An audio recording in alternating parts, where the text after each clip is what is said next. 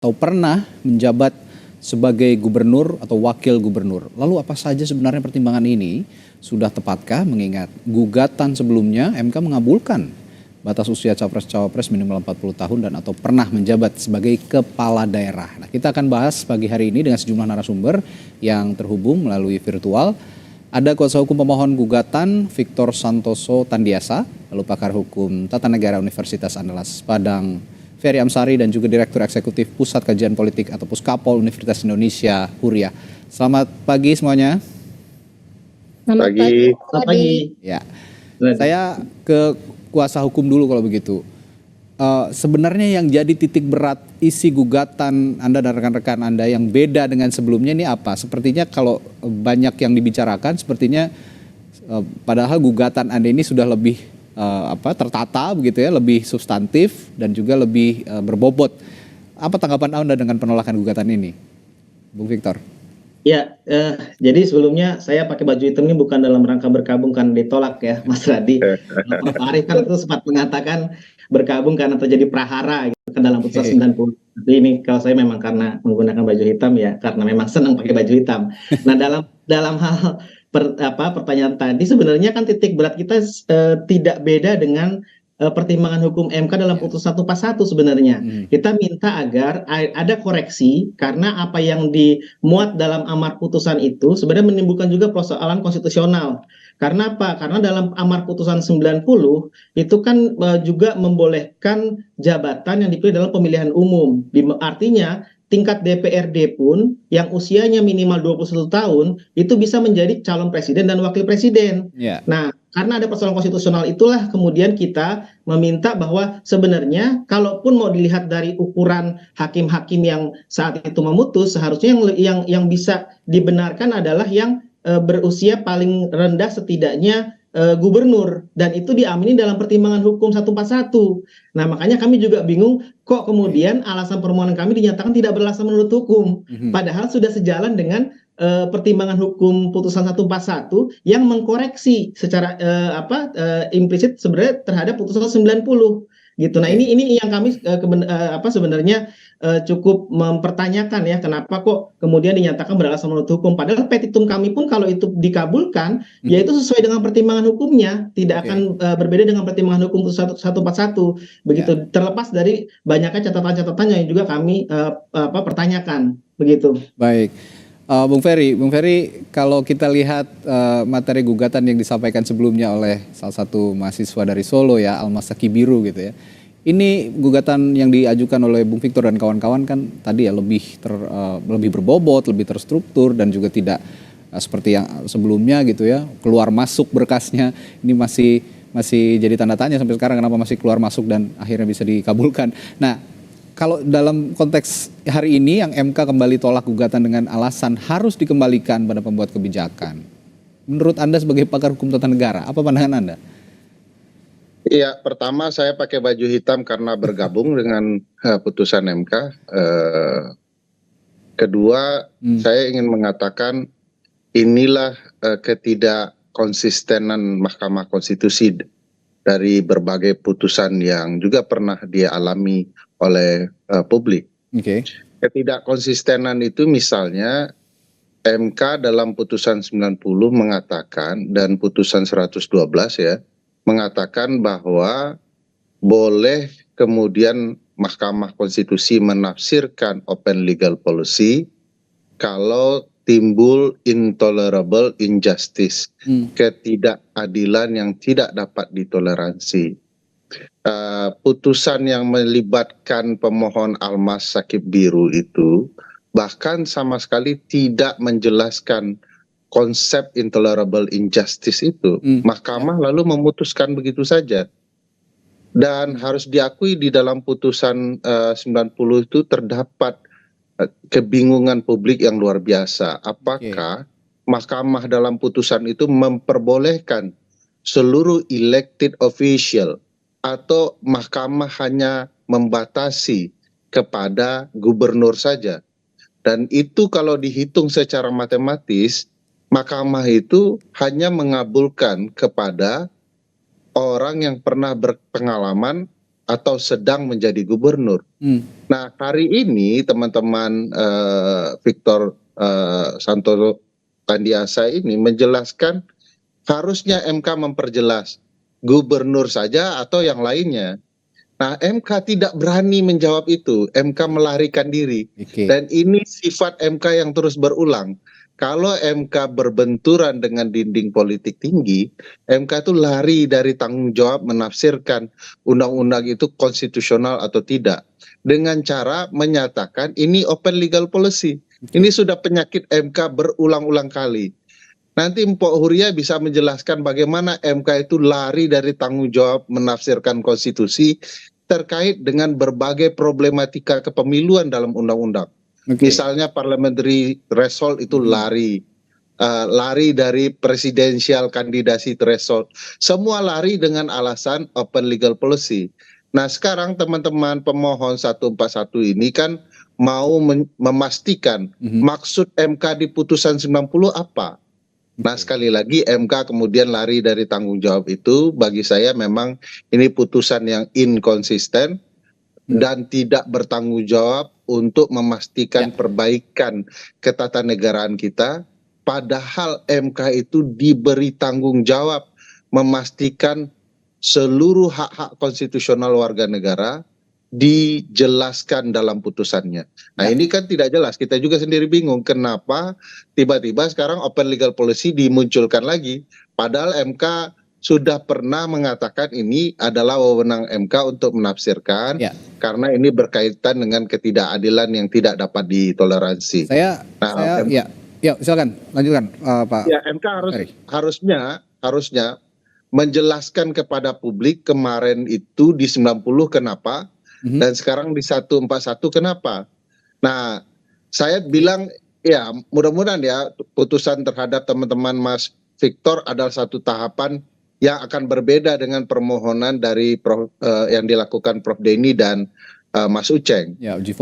Kalau ternyata nanti putusannya memperbaiki berbagai hal, bagi saya tidak apa-apa. Mungkin bagi Victor dan teman-teman dicatat sebagai kekalahan, tapi secara batin sudah menang melalui putusan Prof Denny. Tapi kalau ternyata putusan Prof Denny juga berbeda, ini betul-betul musibah bagi ketatanegaraan kita, dan yang melakukannya adalah orang yang harusnya menjaga ketatanegaraan kita. Saya menggarisbawahi kalimat Anda tadi, MK tidak berani dan lari dari tanggung jawabnya untuk menafsirkan konstitusi. Nah, dalam kalimat ini saya akan tanyakan ke Mbak Huria. Dalam kalimat ini apakah memang sama dengan anggapan publik bahwa MK ini sekarang main aman begitu karena kompetisi sudah berjalan pilpresnya? Mbak Huria. Saya kira tadi sebenarnya udah dijawab ya sama Bang Victor dan juga Bang Ferry ya, bahwa putusan MK ini memperlihatkan bahwa MK bukan cuma tidak konsisten tetapi juga main aman. Cuma kalau saya mau melihatnya ya dari perspektif politik gitu ya. Ini kan kita membaca putusan MK hari ini adalah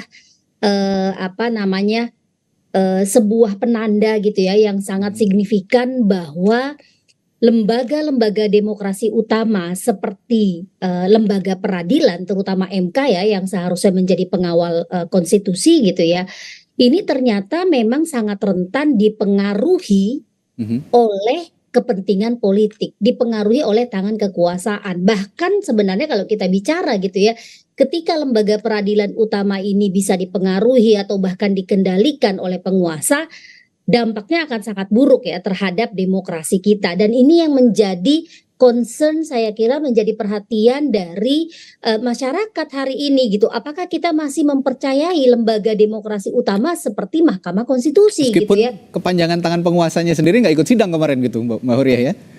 Iya, saya kira kan kita bisa melihat gitu ya bahwa di dalam politik tidak melulu semuanya kan harus terlihat secara eksplisit. Tetapi bagaimana misalnya MK begitu mudah memproses permohonan judicial review yang sebelumnya, meskipun misalnya kan ada juga yang mengatakan bahwa secara prosedur saja misalnya atau secara administratif itu ada cacat juga gitu ya.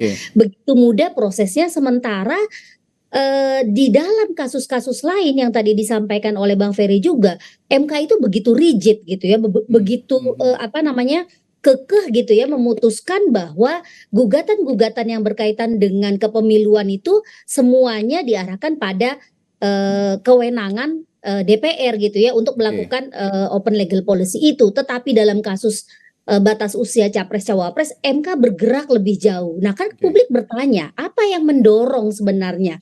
Di sini kita bukan hanya semata-mata saya kira melihat aspek hukumnya ya.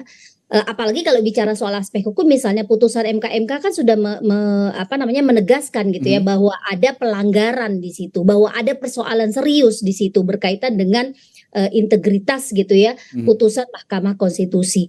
Nah ini juga saya kira pertama kita melihat ini menjadi bagian pelengkap gitu ya dari tanda-tanda erosi demokrasi yang sudah terjadi di Indonesia sejak beberapa waktu belakangan. Yang kedua, ini juga tadi disinggung sebenarnya oleh Bang Victor ya bahwa ketika MK putusannya kemudian dianggap sangat politis, tidak konsisten, orang akan meragukan apakah MK bisa dipercaya untuk memutuskan PHPU misalnya, karena ini kan sangat rentan gitu ya, ketika ada putusan MK yang dianggap cenderung berpihak gitu ya, atau memuluskan proses kandidasi salah satu calon, lalu kemudian nanti ada PHPU dan kemungkinan besar memang pasti akan ada PHPU gitu ya. Nah bagaimana orang akan membaca netralitas, independensi dan juga integritas hakim-hakim MK di dalam memutuskan, itu yang saya kira bahaya ke depannya begitu Mas Radhi. Baik. Saya kembali ke Bung Victor. Bung Victor, Anda menyisipkan frasa gubernur begitu ya, alih-alih ini berbeda dengan gugatan yang sebelumnya diajukan oleh Almas Sakibiru. Kenapa harus frasa gubernur? Apa pertimbangannya kira-kira kalau dari Anda, Bung Victor? Iya, kenapa harus gubernur? Karena kita kan melihat ada concurring opinion ya, artinya concurring itu kan punya alasan yang berbeda dan menurut kami itu pun lebih logis karena jarak antara gubernur dengan presiden itu tidak terlalu jauh dibandingkan dengan wali kota, apalagi kalau dibandingkan dengan orang yang menjabat pada tingkat pada jabatan DPRD tingkat kabupaten kota itu 21 tahun sudah bisa menjadi anggota DPRD pada tingkat kabupaten kota. Nah, kalau itu tidak dijelaskan secara eksplisit pada bagian mana, maka itu akan menjadi persoalan secara konstitusional. Karena ini kan kita mau mengurus ratusan juta masyarakat Indonesia dengan berbagai macam polemiknya gitu kan, dengan berbagai macam permasalahannya. Sehingga MK pun dalam pertimbangan hukumnya juga mengakui bahwa yang paling tepat itu ya sebenarnya jenjang karir politik itu ya pada tingkat gubernur atau telah berpengalaman menjadi gubernur, setidaknya usia 30 lalu kemudian menjabat 5 tahun sudah 35, lalu kemudian itu masih bisa dirasionalkan, oke, kalau gitu bisa mencalonkan diri sebagai calon presiden atau calon wakil presiden. Nah, itu sebenarnya pilihan kita. Kalau saya cermati juga ada 25 kepala daerah lah ya yang usianya under 40 atau di bawah 40 tahun. Tapi kalau saya lihat yang maju di pilkada provinsi atau jadi cagup gitu ya, sepertinya nggak ada yang menang. Pun ada yang menang hanya sebatas wakil gubernur. Ini ada di Jawa Timur yaitu Mas Emil Dardak. Selebihnya ini di levelnya bupati dan wali kota. Jadi memang cukup masuk akal begitu ya Bung Victor, kenapa harus gubernur, karena jenjang politik itu tadi yang dipertimbangkan tidak terlalu jauh dengan jenjang presiden. Oke, saya ke Bung Ferry. Bung Ferry begini, ada yang menarik dalam putusan 141 ini yang sejatinya meski ditolak tapi sebenarnya isinya mengubah putusan 90. MK mengubah pendirian hukumnya soal syarat alternatif usia calon di Pilpres dengan menyatakan itu kewenangan pembentuk undang-undang. Nah, namun jabatan gubernur adalah syarat alternatif paling dekat. Kalau ada perubahan syarat usia capres maka berlaku untuk pemilu berikutnya. Nah, ini di pemilu 2029 ya, bukan 2024. Jadi kalau ke depan anggota DPRD nggak serta-merta bisa nyapres kalau belum 40 tahun. Nah, ini Anda melihatnya perbedaan ini apa analisis dari Anda soal ini? Ya, kalau saya sih sebenarnya MK di 90 itu sudah mempertegas bahwa pilihan mayoritas itu hanya untuk yang pernah atau sedang menjabat sebagai gubernur. Itu eksplisit sebenarnya kalau dibaca putusan MK itu secara baik-baik begitu ya. Dan itu yang mau diulang oleh Victor dan teman-teman. Anehnya MK kemudian malah berpikir berbeda, itu yang membuat bingung ya. Padahal di putusan 90 itu jelas bicara gubernur dengan alasannya. Apa alasannya? Sederhana. seorang gubernur itu sudah pernah menjadi wakil pemerintah pusat di daerah. Ya, betul. Sehingga oleh karena itu masuk akal orang yang sudah pernah berpengalaman mewakili pemerintah pusat dalam konteks ini presiden di daerah, maka dia juga bisa maju karena pengalamannya itu untuk pemilihan presiden. Logis sebenarnya dan dipertegas dalam permohonan Victor dan teman-teman. Anehnya mereka ya malah kemudian kembali ke cerita lama soal open legal policy itu. Nah ini yang menurut saya dan beberapa teman-teman inkonsistennya MK dalam putusan-putusannya. Dan ini sebenarnya kalau Mas Randi lihat baik-baik, ini cuman shifting saja dari presiden dengan rekayasanya dan Mahkamah Konstitusi itu sendiri. Kenapa disebut shifting? Ya sederhana begini, sudah berhasil sang anak untuk menjadi calon wakil presiden, maka selesailah urusan untuk memposisikan ini. Nah, tidak mungkin ketua MK ini dipertahankan karena permainannya sangat vulgar sekali dan publik melihat permainan ini. Bagaimana kemudian proses ke depan PHPU tetap dihargai? Ya orang yang punya konflik keluarga ini sudah disingkirkan, dipindahkan ke tempat yang lain. Sehingga kalau kita mengkritik MK bahwa ada permainan keluarga yang berlanjut dari putusan yang membuka ruang untuk sang anak dan kemudian PHPU, MK sudah bisa membantah. Sang paman sudah disingkirkan, persona non grata kan tidak bisa mengadili. Oleh karena itu butuh shifting ini untuk tetap bisa mengcounter pandangan publik. Tapi dalam pergerakan MK itu masih menunjukkan keberpihakan kepada keluarga istana. Ada hakim-hakim yang konsisten tuh terus memperjuangkan bahwa ini adalah hak mereka untuk mencalonkan. Dan itu betul-betul terlihat permainannya sedari awal. Dia masuk ke MK dengan cara bermasalah dan konsisten memelihara masalah di Mahkamah Konstitusi. Saya yakin di PHPU besok drama ini akan berlanjut. Ya, dalam berbagai putusan-putusan MK dan memperlihatkan bagaimana permainan bernegara kita betul-betul konyol. MK sekarang sedang dibelenggu, termasuk putusan ini mungkin bagian dari belenggu terhadap MK yang dilakukan oleh pembentuk undang-undang dalam hal ini pemerintah dan DPR melalui revisi undang-undang MK. Jadi ini dramanya terlihat ya. MK sebagai peradilan yang mestinya menegakkan dan melindungi tidak berani apa-apa. Kita publik pun hanya bisa mengutuki betapa buruknya Mahkamah Konstitusi dan presiden kita. Ya, saya tertarik pernyataan Bung Ferry juga tadi soal shifting ya, karena kalau mengartikan kalimat Bung Ferry tadi bahwa sebenarnya sejatinya putusan 90 itu benar-benar hanya untuk konkretnya begitu ya, untuk menggelar karpet merah untuk anak presiden Gibran Raka Buming Raka maju sebagai cawapres. Nah, ini meskipun ada perbedaan dalam putusan 141, apakah memang betul itu menjadi hanya pembeda saja karpet merah dan tidak karpet merah begitu? Saya akan tanyakan ke Mbak Huria, tapi setelah jeda ya Mbak, di Sapa Indonesia Pagi tetaplah bersama kami. Ini bukan karpet merah lagi Mas. Ya, tadi saya sebelum jeda bertanya ke Mbak Huria dari Puskapol Universitas Indonesia bahwa sebenarnya putusan 90 ini benar-benar hanya karpet merah untuk salah satu calon wakil presiden lah ya, begitu boleh dikatakan. Nah, ini meskipun 141 ini akhirnya juga ada yang dikoreksi dari putusan 90, tapi gelaran karpet merah putusan 90 itu tidak terhindarkan. Apa Anda punya persepsi yang sama soal ini? Iya, saya sepakat ya soal karpet merah. Tapi saya lagi-lagi mau membaca kenapa kemudian kok MK putusannya gitu ya hari ini menjadi tidak konsisten gitu, dan ada kesan bahwa ada karpet merah gitu ya yang diberikan kepada salah satu kandidat. Saya kira gini, selama ini kan publik ya melihat MK ini sebagai lembaga yang sakral gitu ya, yang dia mengawal konstitusi dan mengawal hak konstitusi warga negara. Jadi publik melihat posisi MK menjadi sangat krusial sebenarnya gitu ya, di mana warga negara bisa memperjuangkan hak-hak mereka dengan cara melakukan judisialisasi hak lewat MK gitu ya. Nah, tetapi kan kemudian menjadi problematik gitu ketika yang mengajukan hak ini gitu ya, ini kan selalu dianggap siapa yang kemudian terkena gitu ya dampaknya. Nah, putusan MK yang lalu ketika mereka membolehkan gitu ya syarat cawapres itu diturunkan, membuat publik bertanya, hak warga negarakah yang sebenarnya sedang tersandra gitu ya oleh undang-undang pemilu, atau hak salah seorang gitu ya elit politik yang punya kepentingan untuk maju di dalam kandidasi pemilu 2024. Nah, publik membacanya ke situ gitu ya.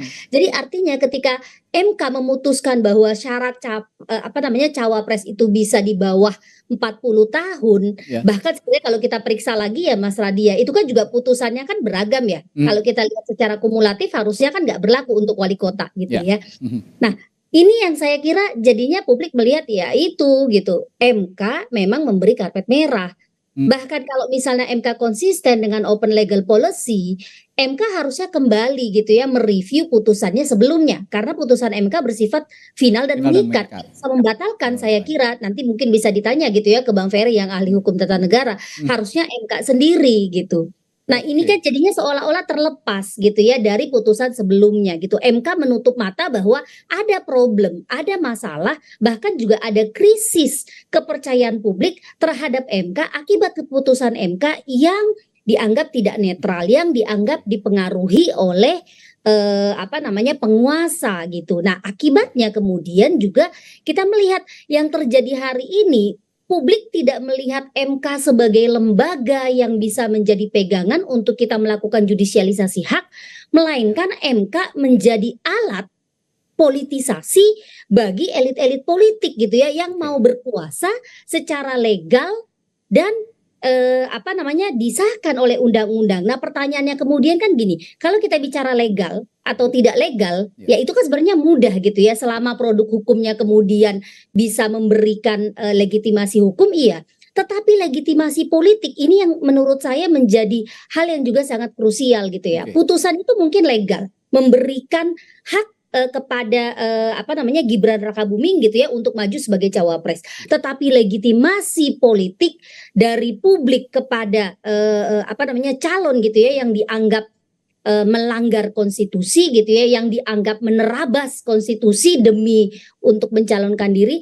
Nah, publik punya persoalan gitu di situ, dan ini menjadi catatan buruk bagi demokrasi kita hari ini gitu ya. MK tidak lagi dipercaya sebagai lembaga konstitusi, sebagai pengawal konstitusi, melainkan menjadi pengawal bagi mulusnya gitu ya ambisi politisi. Saya kira demikian Mas Radi.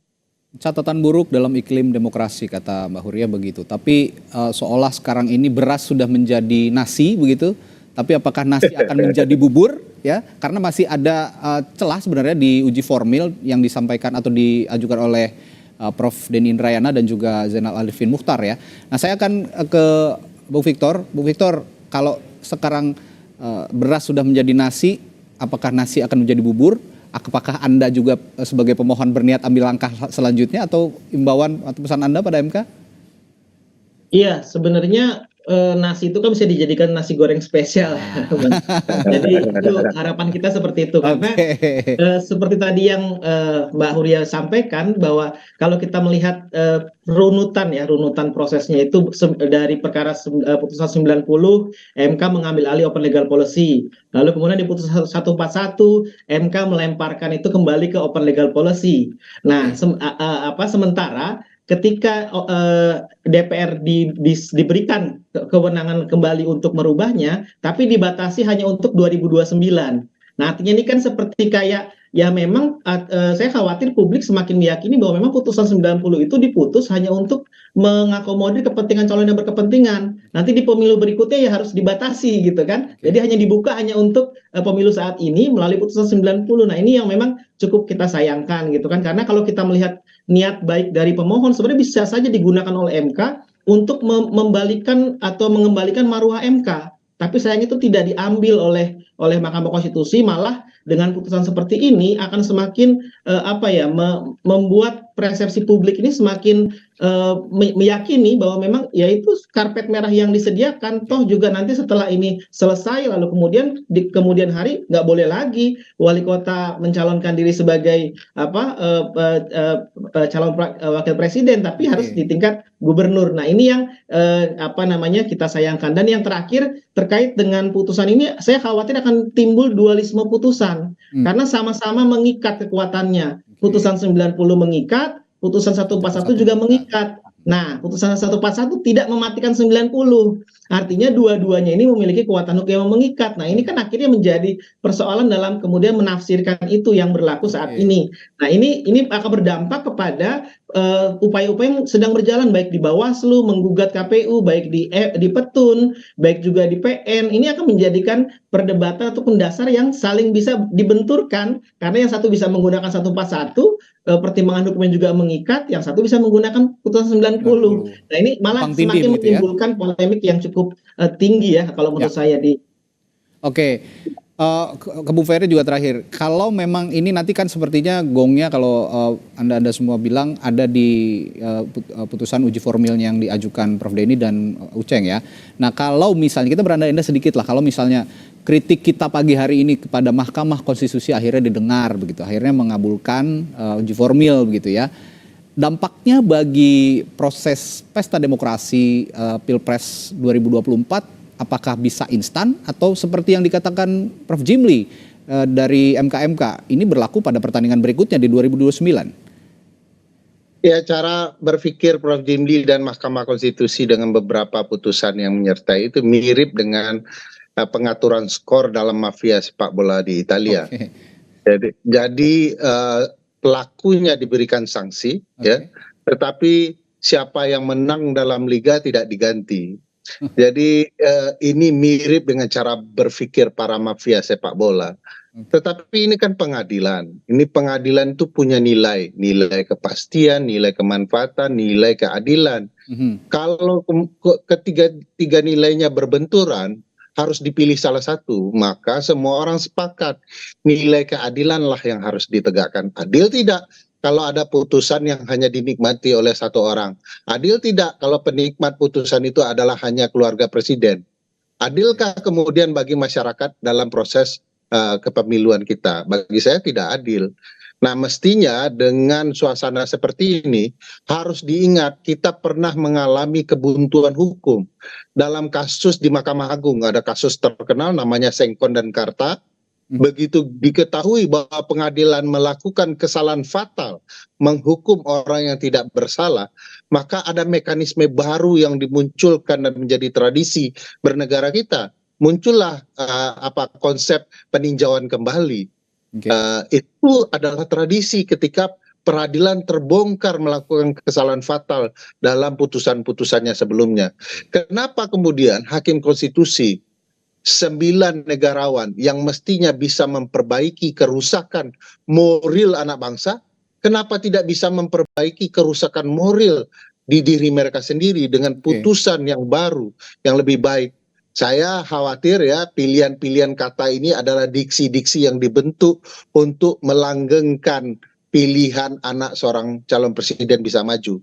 Sebab menurut saya kalau mau memperbaiki diksi seperti ini tidak diperbaiki, bisa dipakai 2029 seperti Prof. Jimli karena tahapan sudah berlangsung. Loh, sekali lagi putusan 90 itu juga diputus saat tahapan sedang berlangsung. Kenapa putusan 90 saat tahapan sedang berlangsung boleh untuk anak presiden tetapi tidak boleh untuk keadilan? Jadi aneh bagi saya. Baik. Nah kalau tadi saya tanyakan apakah memang masih ada kans untuk diperbaiki dalam kontestasi Pilpres ya, harusnya ada atau tidak? Ini sepertinya ya tetap masih ada harapan begitu ya jika MK memang benar-benar berani untuk mengabulkan uji formil yang diajukan Prof. Denny dan juga Prof. Nah itu good pointnya tuh Mas Randi. Baik. Berani tidak? Berani atau tidak? Nah tapi saya akan bertanya terakhir juga ke Mbak Ria. Kalau ini kita berandai-andai lagi kalau MK akhirnya ya bebal gitu ya boleh dikatakan akhirnya ya tetap saja menolak uji formil gitu. Ini kan jadi presiden buruk seperti yang kita bicarakan pagi hari ini. Ini ke depan kita bicara agak sedikit ke depan akan ada PHPU ya, ada gugatan PHPU nanti setelah pemilu berlangsung begitu. Kalau MK-nya sudah begini sekarang, Mbak Huriah melihat ke depannya menghadapi PHPU yang sepertinya akan masif begitu ya jika MK-nya seperti ini. Apa yang akan terjadi? Ya, yang membedakan ya antara pemilu di dalam negara demokrasi, di dalam sistem demokrasi dengan sistem yang non demokrasi kan, di dalam sistem demokrasi orang mengakui hasil pemilu gitu ya. Orang menyalurkan kemudian konflik perebutan kekuasaan itu dengan cara yang beradab melalui pemilu dan menyelesaikan perselisihannya juga lewat mekanisme yang dipercaya gitu ya. Ketika kontestan kemudian juga peserta pemilu yang lain lalu publik bisa menerima hasil pemilu. Nah, ini kan sebenarnya masih bisa menjaga demokrasi kita. Seperti yang tahun 2019 lalu misalnya ya kan ada sengketa Pilpres juga, tetapi ketika itu sudah diputuskan MK masih menjadi lembaga yang bisa dipercaya oleh publik. Hari ini ketika kepercayaan publik itu terkikis kepada MK, saya terus terang sangat khawatir gitu ya. Kalaupun misalnya sengketa hasil pemilu ini kemudian dibawa ke MK, putusan MK tidak akan dianggap sebagai putusan yang adil, menjaga hak konstitusional semua warga negara. Apa yang kemudian bisa terjadi? Konflik tentu saja bisa muncul gitu ya. Cara-cara yang tidak beradab gitu ya, di mana kemudian konflik antar pendukung, dan ini kan tentu saja walaupun kemungkinan besar konfliknya terjadi antar pendukung, tetapi kita tahu aktor-aktor elektoral ada di atasnya gitu ya. Mereka yang menggerakkan massa. Nah, yang terakhir sekali Mas Radi, saya mau bilang begini. Keberadaan MK itu kan sangat krusial di dalam mencegah gitu ya menguatnya fenomena autokratik legalisme. Jadi ketika semua hal gitu ya yang dilakukan oleh pemerintah misalnya atau oleh aktor-aktor politik seolah-olah benar, seolah-olah sesuai dengan hukum, tetapi sebenarnya melanggar konstitusi, semakin menjauh dari konstitusi. MK kan harusnya mengambil peran di situ, mencegah hal itu terjadi. Nah, hari ini kok kita melihatnya jadi MK itu justru gitu ya, jadi ikut-ikut gitu ya melakukan autokratik legalisme. Dengan apa? Dengan menyalahgunakan sebenarnya ya, kalau saya bilang menyalahgunakan kewenangan MK untuk memutuskan sesuatu secara final dan mengikat, tetapi keputusannya problematik dan melanggar sebenarnya gitu ya, melanggar konstitusi dan juga semakin jauh dari prinsip-prinsip demokrasi. Itu bahaya hari ini saya kira, dan kedepannya orang mungkin akan berpikir sudahlah MK dibubarkan saja gitu karena nggak ada gunanya ini lembaga. Oke, ya ujung-ujungnya kalau tadi lihat perselisihan hasil pemilihan umum yang berpotensi menimbulkan gesekan, yang dikorbankan grassroots lagi, masyarakat lagi, publik lagi ya, konflik antar pendukung lagi. Ini yang sebenarnya kita sama-sama untuk hindari di penyelenggaraan pemilu kali ini, dan juga ini sepertinya kalau memang begini bertentangan juga dengan statementnya Pak Presiden Jokowi yang mengatakan bahwa pemilu ini harus dilaksanakan dengan riang gembira, dengan senang begitu ya, tanpa ada gesekan apapun. Semoga diskusi kita pagi hari ini, kritik kita kepada Mahkamah Konstitusi ini didengar. Masih ada celah satu lagi nanti uji formil yang diajukan oleh Prof Denny dan juga Prof Uceng begitu dari UGM. Semoga ini bisa menjernihkan kontestasi pemilu 2024 dan berjalan damai, demokratis begitu, jujur dan adil. Terima kasih kuasa hukum pemohon gugatan Victor Santoso Tandiasa, lalu ada pakar hukum tata negara Universitas Andalas Padang Ferry Amsari, dan Direktur Eksekutif Pusat Kajian Politik Puskapol Universitas Indonesia Huriah telah berbagi persepsinya, berbagai perspektifnya di Sapa Indonesia pagi kali ini. Terima kasih, sehat selalu Bapak-bapak dan Ibu. Terima kasih. Terima kasih. Baik. Sorotan selanjutnya